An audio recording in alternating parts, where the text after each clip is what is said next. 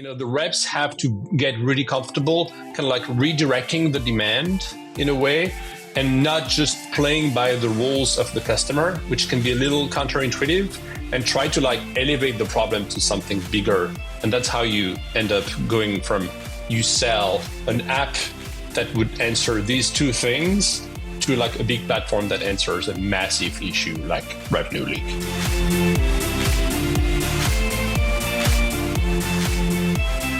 Hey everyone, welcome to the Product Marketing Life podcast, the show where we sit down with everyday product marketers to talk life, career, and most importantly, product marketing. I'm Colin Majak, lead PMM at Clari, and in this episode, I got a chance to sit down with Julien Sauvage. Now, if you don't know Julien is the GVP of marketing at Clari, and I went into this episode with one main question: what goes into building a category giant like Clari? And so we got a chance to look under the hood at Clari, and we talked about everything from owning a problem to social proof to building a team and a lot more. I really enjoyed my chat with Julien, and I think you will too. Julien, thank you so much for coming on the podcast. Thank you. Good to see you, Colin. Hi, everybody. We made it happen after months of back and forth. We did it. So I'm very excited to have you on. Excited to be here. Sorry, I didn't mean to play hard to get. No, it's all right. It was worth it. Most important question is what did you have for your cup of coffee this morning? Oh, nice. What did I have? I had a local coffee roaster called Andy Town out in the outer Richmond and Sunset. You know Andy Town. I had like a single origin from Indonesia. Very fancy, a little pricey, but really good stuff. Yeah, I liked it. Yeah, they just finished their new build out on that Sunset location, right? I don't know, man. That's a good question. It's the one I went to is, I think it's kind of new. Yeah, it's kind of new. Okay. It's on like Taraval. Sorry for like the non-SF folks, but yeah, it's on Taraval, not far from the ocean. It's like teeny tiny, but they have the best coffees and good beans and stuff. So yeah. And it doesn't hurt that you can peer around the corner and see the ocean from that's right. Front door. That combination of like getting all the summer fog from SF, the SF weather, right? We have a lot of fog right now. You get all the fog and almost the mist and all of that stuff and the wind and the sea, and yet you're still like sipping your delicious, like warm and heartwarming and soul warming coffee. Like that combination, I just love that. You're like cold outside and warm inside kind of thing. Well, yep. Highly recommend Andy Town we have enough tech people who listen to this who will have to travel to SF. So highly recommend Andy Town or Coffee Movement. I was just trying to think back to when you and I met, and I sort of consider it in two parts. One is the first was after I'd gotten laid off, and my buddy Ryan, who was working at Clari at the time, just spoke the world of you, which I would say Ryan was in sales. And so I think when someone from sales speaks really well of someone in product marketing, that's extra high praise. And you were just really gracious with your time over some things I was processing.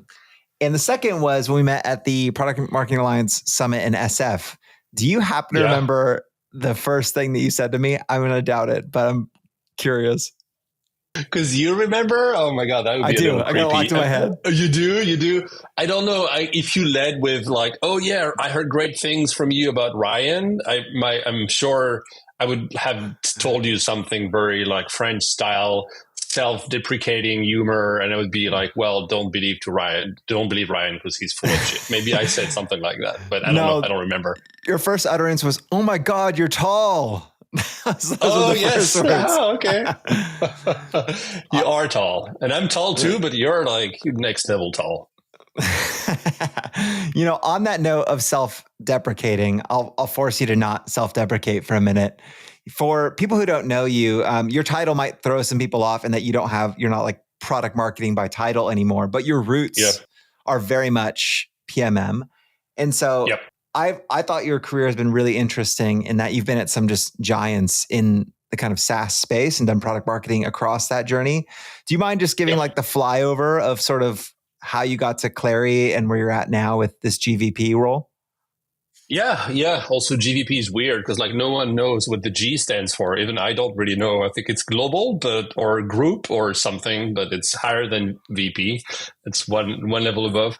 Yeah. So career wise, I don't know, man. Where should I even start? I guess technical guy. I started in machine learning and data science before it was hot back in France in like the early 2000s, I guess. Yeah. Did some consulting, did some pre-sales, moved from pre-sales and SE to PMM when I came to the States in 2012. And to this day, I still think that solution engineering and pre-sales is like the best school for almost anything, honestly, but like Yeah. typically for a PMM, because you're already at that kind of intersection of like sales and product and technical and customer and prospect. So that's my background. And then I had a fairly like linear, I think, career progression. PMM IC at Salesforce, moved up the rank, became PMM lead for the product called Einstein, left there, became VP PMM at Talent back in 2019, I believe. Then went to Gong to own corporate and product marketing in 2021, I think. And then came to Clari a little over 2 years ago to own the full stack. Sweet. So just to name something, if you're going to dog on yourself with that resume, I don't think I'm going to distrust any of that as sandbagging. You've had a really cool career. Now, I would love to talk categories. Thanks. So like I've been following what you've been up to at Clari for a while. And as far as I know, this, you could tell me if this has evolved. Clari has tried to own this category of the revenue platform. And I would be curious, when you came to Clari, what was the landscape on that category? Like, were there other people trying to gun for that? Was that language already out in the environment? And then what made you decide, hey, this is the category we really want to own? Yeah, good questions. I will start by saying, I would say category creation by Clari has been done kind of twice. Like they started that with RevOps and even forecasting, and that's way before my time, right? Like I believe that they kind of nailed that thing. Like it's not like Clari invented RevOps, but they kind of like became the de facto go-to RevOps platform for people who want to run a better revenue process, a better forecasting cadence, and all of that stuff. And that was really the inception of the company, I believe. I don't even know, 15 or something. So way before my time. So they did that. And then in 2022, the whole market was starting to consolidate. Salesforce would do its thing. Gong would start doing forecasting. Clari was interested in, approaching the conversation intelligence platform. And it's just a lot of like market consolidation and like vendors kind of doing the same, claiming the same things. And so the idea was to play bigger, pun intended on the book name, and really to like rise above everybody else. Because when you're a revenue platform, you're like encompassing of all kind of the sub platforms. You have a revenue execution platform out there. Not going to name the competitors. You have a revenue intelligence platform. You have a revenue blah platform. We're the revenue platform. So the idea was create the category to elevate ourselves, be perceived as the only really truly unified kind of platform vendor. And that helps us really differentiate and just win bigger deals faster. It's been a good move. Yeah, that arc makes sense, that if you were kind of trying to claim that and popularize the idea of RevOps a number of years back, and you're building some of the early seeds of the category, that as you attach on more products in the suite to move from RevOps to just revenue at a broader level, I'd be curious, and I was going to talk acquisition later, but now I want to talk about it now. I'm curious in terms of chicken or the egg. Did Clari see this opportunity to go after the revenue platform and therefore started acquiring? Or was it more seeing, hey, if we start acquiring, like take Wingman, for example, and we acquire Wingman, that's going to actually open us up to claim this new position? I'm curious, like, was positioning first or the acquisition opportunity first there with, like, we'll pick on Wingman. It was the former. Yeah. Wingman or Groove are good examples, right? We acquired Wingman right before I joined. I believe it was in July or June 2022, and Groove was last summer, August 2023. It was. I would say it was. I wish positioning drove M&A strategy. I think it was more M&A strategy that kind of drove the category, kind of like playbook and creation. And so when you think about it, it makes sense, right? Because like RevOps is a super high growth kind of persona and market. There's tons of studies like the LinkedIn job study, whatever. I forgot the names of those, all those things. It's blowing up. It's one of the fastest growing kind of like job titles in America, at least.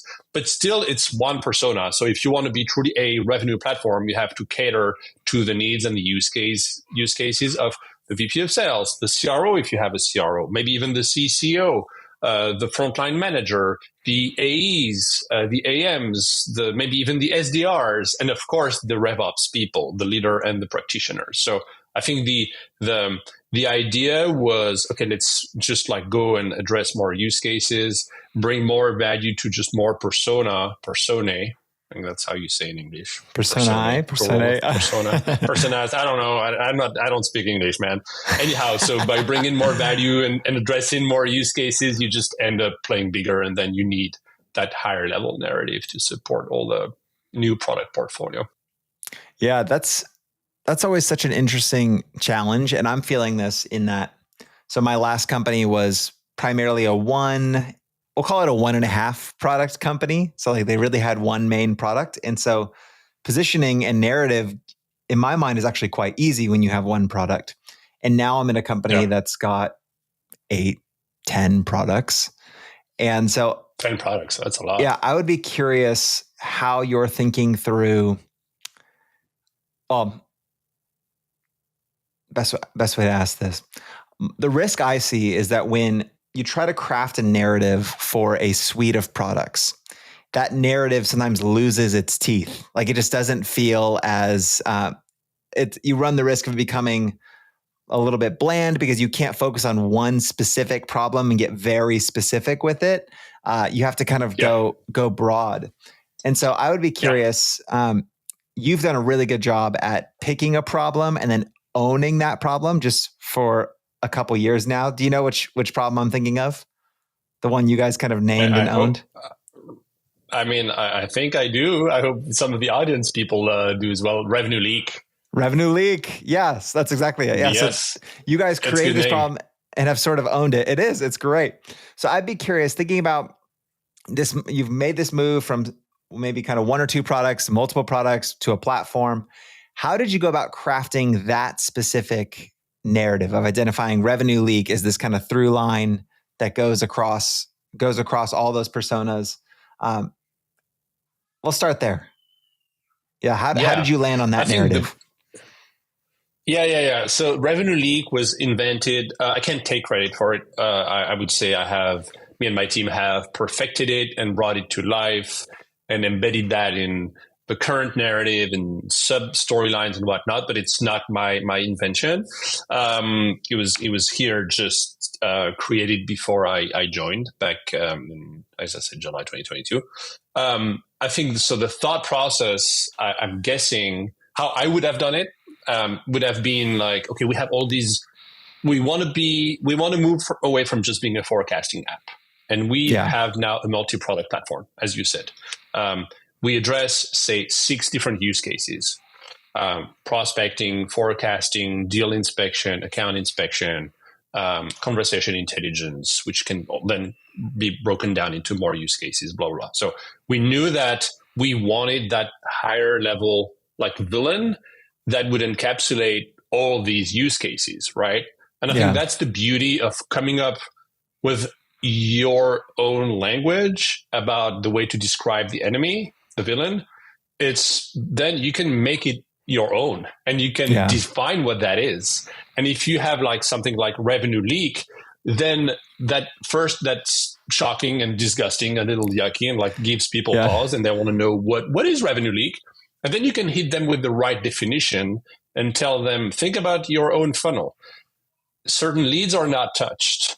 Your pipe gen programs are not working. Your conversion through the pipeline is also, letting revenue leak, and the stuff happening when you move down the pipeline that gets in the way of closing more business and more revenue. So then people are like, oh yeah, I see. So there's like sources of revenue leak, the leaky bucket, and then you can kind of like tell them, well, we have a solution for revenue leak at the top of the funnel. We have a solution for revenue leak bottom funnel, middle funnel, and all of that stuff. So I think the secret here is coming up with a new problem that people might not be fully aware of, and then you can define it in a way that supports your product portfolio and the use cases that ultimately you end up addressing. Yeah.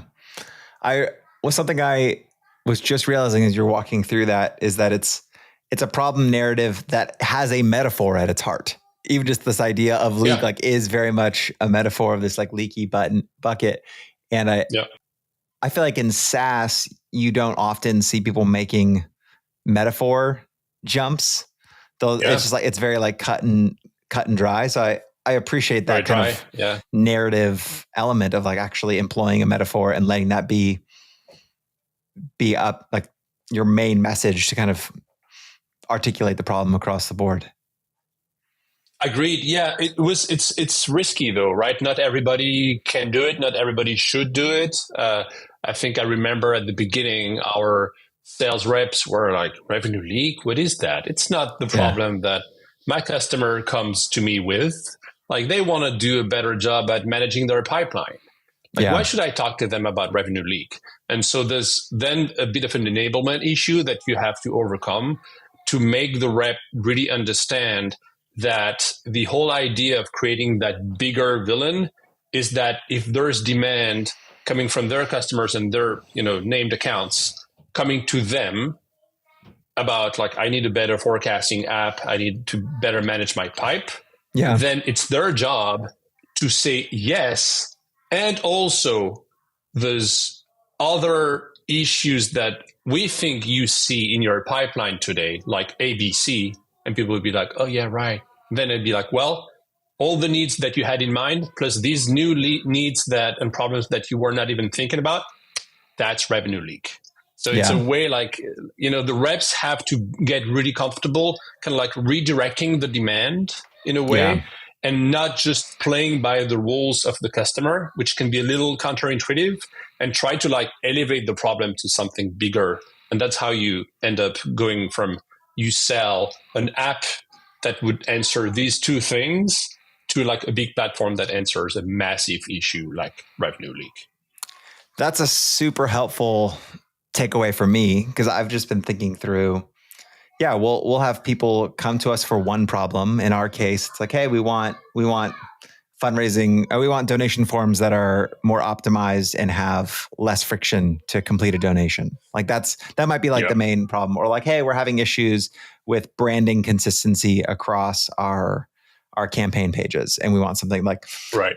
But I think I like that idea of trying to see, and well, the reason that wouldn't set you up for success is you probably don't just want to sell the one part of your product. You want to sell a platform if you're on a platform company. And so find that narrative that ties together all of these different areas of the product and unites them under one problem, I find super, super helpful. Yeah, that's what category creators and designers call damn the demand. Like it has a word, right? Damn the demand. Yeah. And that's what we're doing. But again, it comes with an enablement price. As I said, it's not for the faint of heart. It takes more time. It takes a little bit of like a mind shift for the reps to really be able to damn and redirect that demand and create that bigger order problem that the customers haven't even thought about. It just takes a little more sales training and maybe even a little more time educating the buyer. But it pays off because that investment that you make upfront is just going to land. It's going to help you land just bigger deals, like truly multi-product, multi-year enterprise deals. Yeah. To ask a brass tacks question, thinking about the actual pitch deck, is there some decent real estate in that pitch deck that is dedicated just to that uniting problem? Or 100%. Yes. Okay. Absolutely. We actually spend more time in problem land than in solution land. Our pitch deck is very much problem solution, right? There's at least like the Salesforce way. I come from Salesforce, right? There's like 5 different templates to like build a pitch deck. The most common one is problem solution. That's the one we chose here at Clari as well. But like I would say, if say the deck is, I'm going to make that up, 20 slides or something. Yeah. And there's always like social proof slides and stuff at the end that nobody ever reads, which is very sad. It's a different issue we can talk about. But like you say, you have 20 slides. We probably spend like 12 slides on problem, and then the rest on solution. So we go really deep into problem, and that's also just a good way for the rep to like pause, shut up, and do a little bit of like discovery, right? Like, does that resonate with you? Can you walk me through examples of leaks at the top of your funnel? And then they take note, and then it becomes like a true dialogue. I think if you spend enough time in problem land, it just sets you up for a more natural discovery and discussion. Yeah. That's super helpful. I'm in the middle of building a deck right now for a new segment in market that we want to go after. More accurately, a new market we want to go after.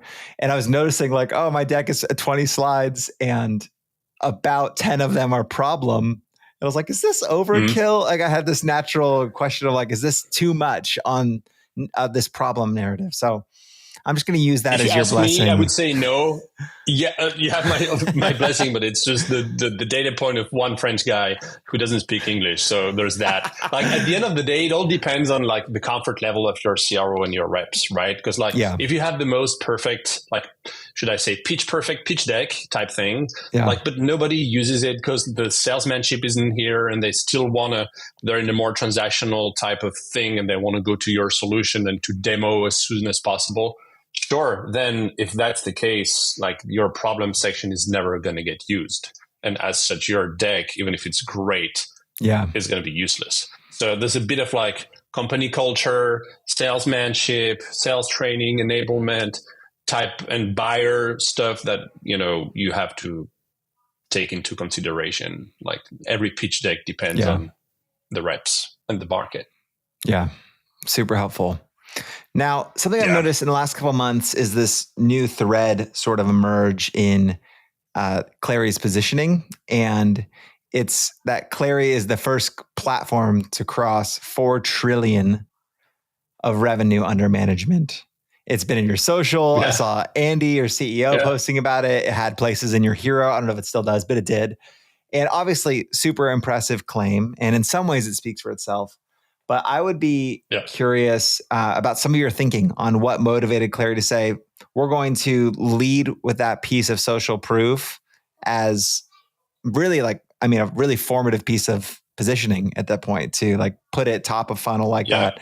So I'd be curious, like, could you give us a little bit of your thinking on why lead with that? Why at this time? That sort of thing. 100%. Yeah. Something that I'm really proud of. I think it was a bold move because, as you said, like typically back to what we just said, right? Like customer evidence, social proof, value points, that type of stuff gets typically buried in the second half of your deck or like down your page, and no one actually ever reads those value stats because like cool, 30% improvement in win rates. Like the fuck does that mean? Sorry. What does that mean? So like, it's like that people don't, you can beat me on this one. People don't read the value stats. And so it was a bit of a bold move of like, okay, we're going to put that up in front and center. So why we did that is the idea was, the thesis rather was, by like showing that we achieved a certain milestone and then amplify that on social and in the market would just help us grow our credibility and shape the perception that we have won the category, right? So it's not new messaging. It's not new positioning. It's not a new POV. It's a way for us to, get instant credibility when it comes to still delivering our existing POV. POV being you have a bigger problem. It's called revenue leak, and you need a revenue platform to solve for it and spot and stop the leaks, right? So the POV hasn't changed. We just use that thing to like grab people's attention. And then I think what's cool about it is that there's a lot of like subliminal messages, if you will, that kind of go with that stat, right? Like so the announcement was, we're the first RevTech vendor to cross $4 trillion of revenue under management. The first thing that comes to you if you don't know any of the market is, what is this? What is revenue under management? And so then it's good because you start like you hook people with a question, right? It's like revenue leak in a way.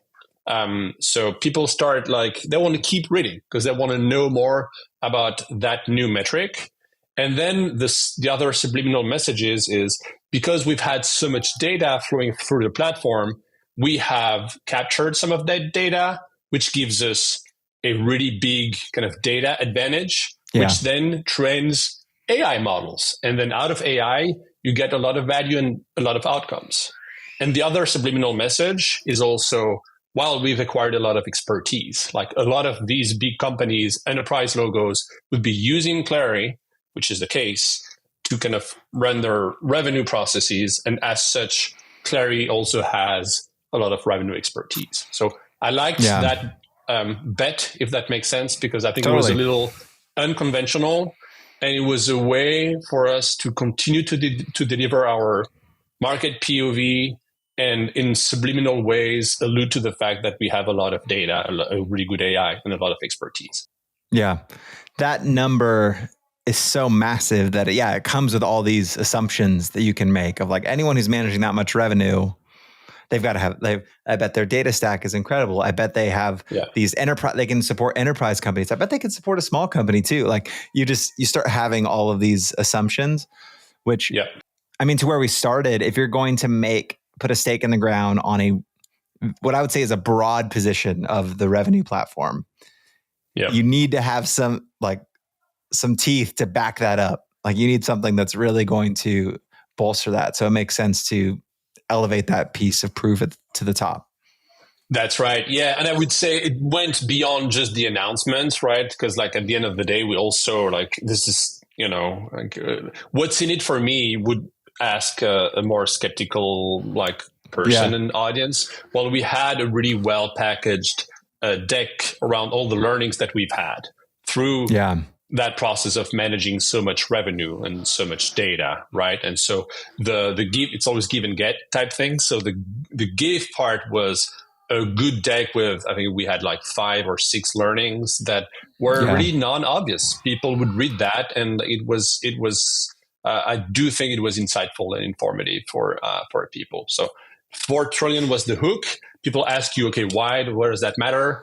And then they continue to read, and then they're like, what's in it for me? And bam, that's where we hit them with a really nice CTA, which is a learning stack that they can take home and apply to their, life. Sweet. I like translating social proof into this kind of takeaway asset like that. I feel like you don't see that a lot. Like you'll see a case study of here's how client X gained X, like Y revenue with platform Z, like, and that's it. Yeah.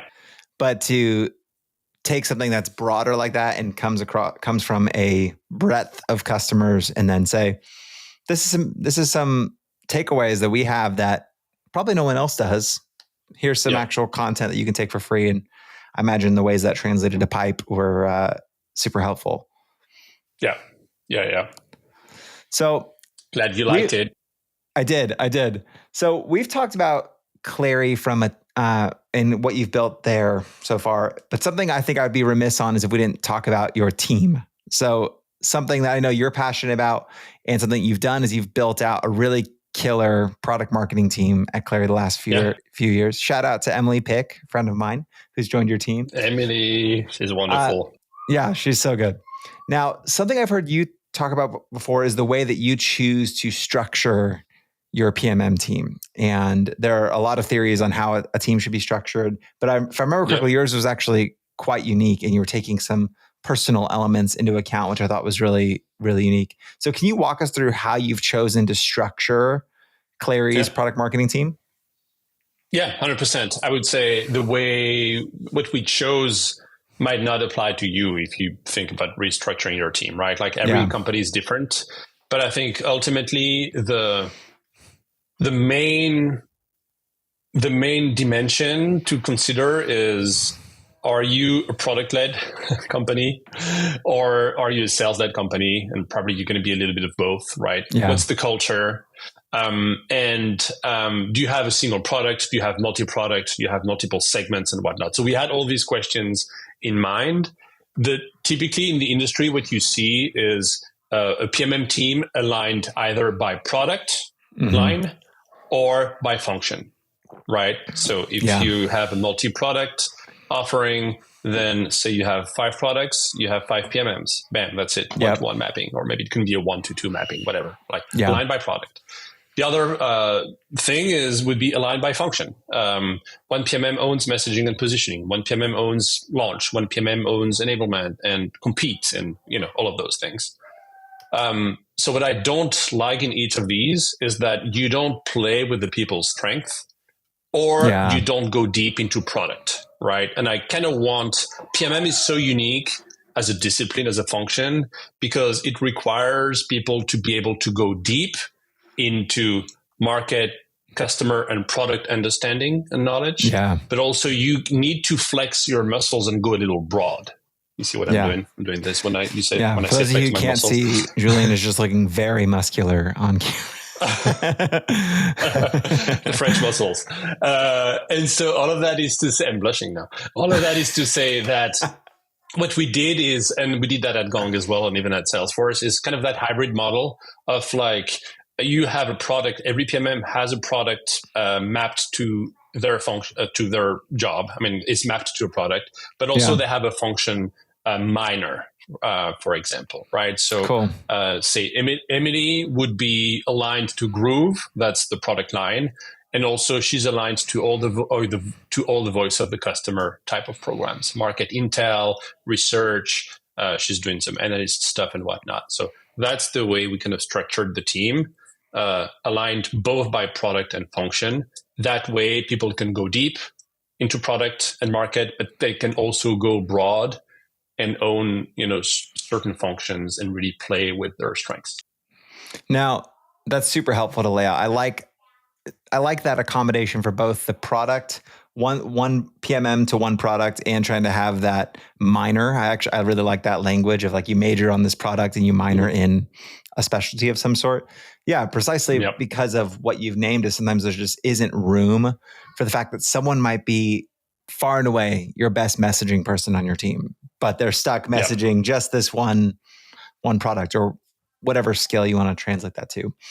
I'd be curious practically then. So like, let's take a hypothetical situation.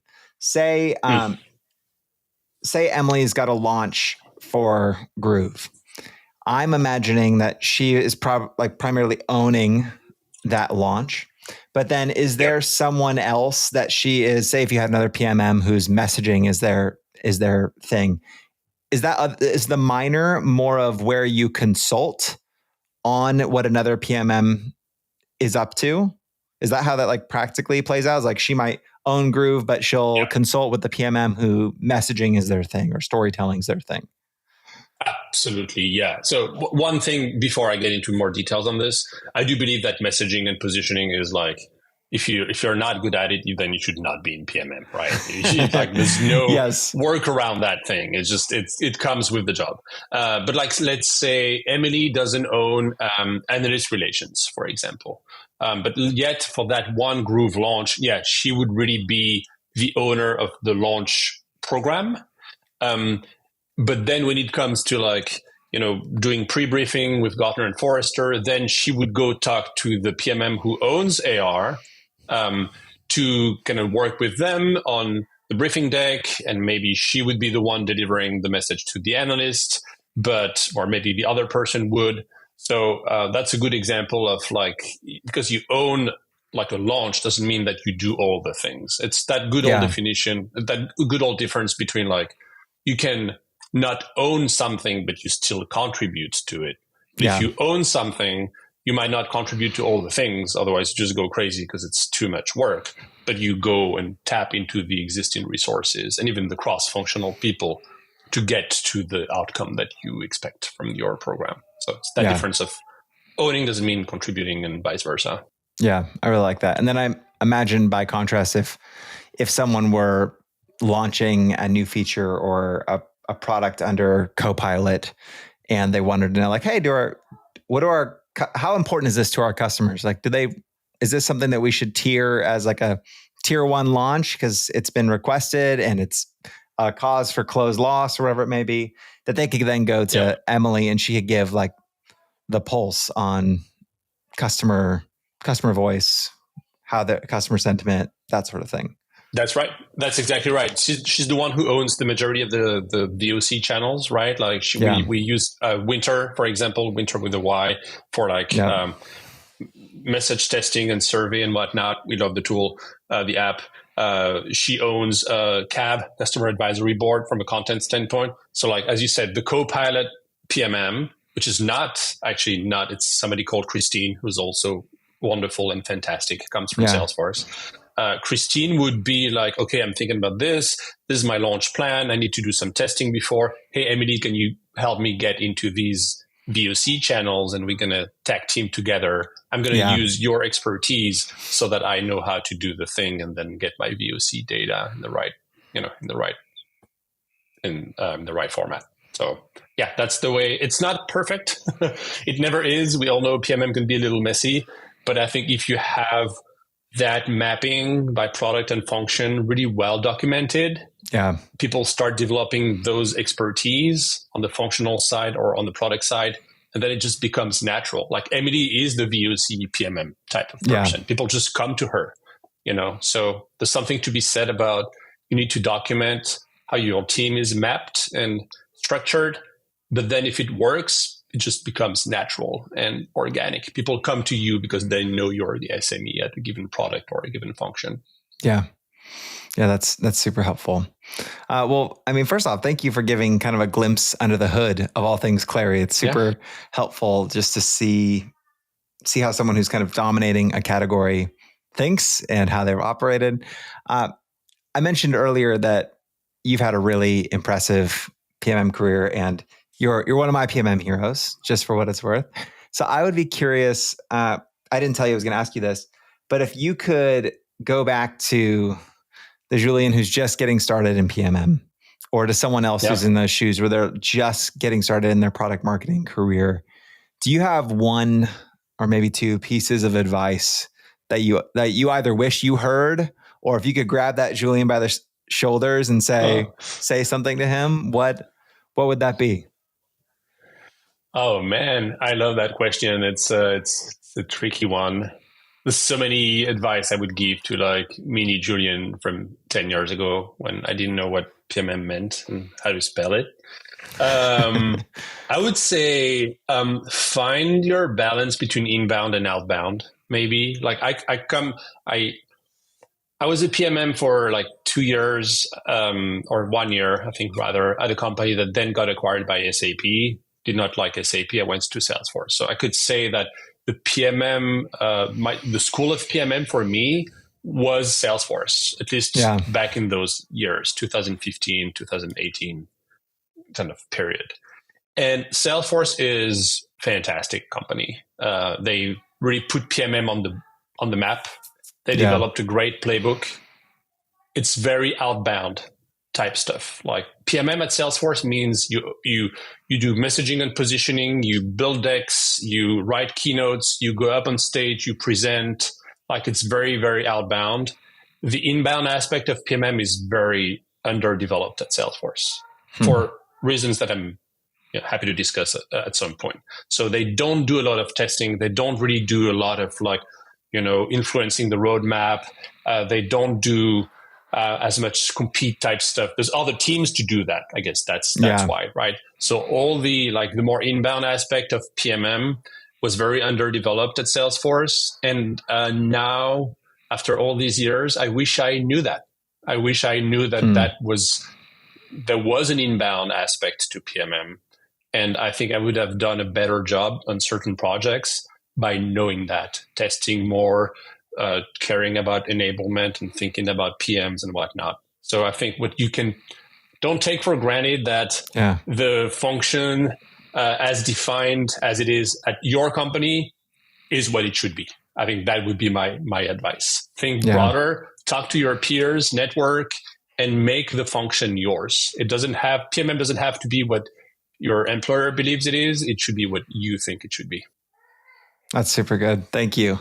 And just even for people who aren't familiar, I think that framework of outbound, inbound PMM is super helpful. If you haven't heard it, the short of it is outbound is a lot of what we think outwardly facing work of a product marketer of launch and messaging, top of funnel, inbound being much more of this research, data oriented side of PMM. But I love that vision of not accepting what PMM has been at a company and just said, this is what it is, but instead trying to architect what you want your career to look like and what you want your role to look like. Exactly. And also what the company needs, right? So sometimes what the job description says isn't exactly what the company needs. So it's on you, it's on all of us to deeply think through that and really see if there's not another thing that's not part of the current scope of your work that you should be owning. And if that's the case, you find that one thing, you lean in, you work extra hours for a few weeks or months, you show success and impact on that one additional thing that you now owned. Yeah. And that's growth. And that's how you get to the next level. Yeah. Well, again, Julien, thank you. This was such a treat. I'm grateful both for your friendship and that you were willing to come on the show. If people want to keep up with you and what you're up to at Clari and just continue to learn from you, follow you, where can they find you? What's the best place for that? Yeah, well, I think people in SF now know where to find me and maybe where to find you next time you're in town. Any good coffee shop, I will be there. I try to go to a different coffee shop at least once a week. But if you're not local or if you don't like coffee, which is completely fine, just LinkedIn. I would say LinkedIn is where I try to post every day, give some tips, make some jokes, talk about baguette. So LinkedIn is where you can a lot of baguette content, which I love. Yep, baguette and coffee, man. It's a good combo. It's a good pairing. There you go. All right. Well, thanks again, my friend. Appreciate it. For everyone still tuned in, thanks so much for listening. And if you enjoyed the podcast, please help us spread the word to other product marketers. Thanks again and have a great morning, afternoon, or evening, wherever you are.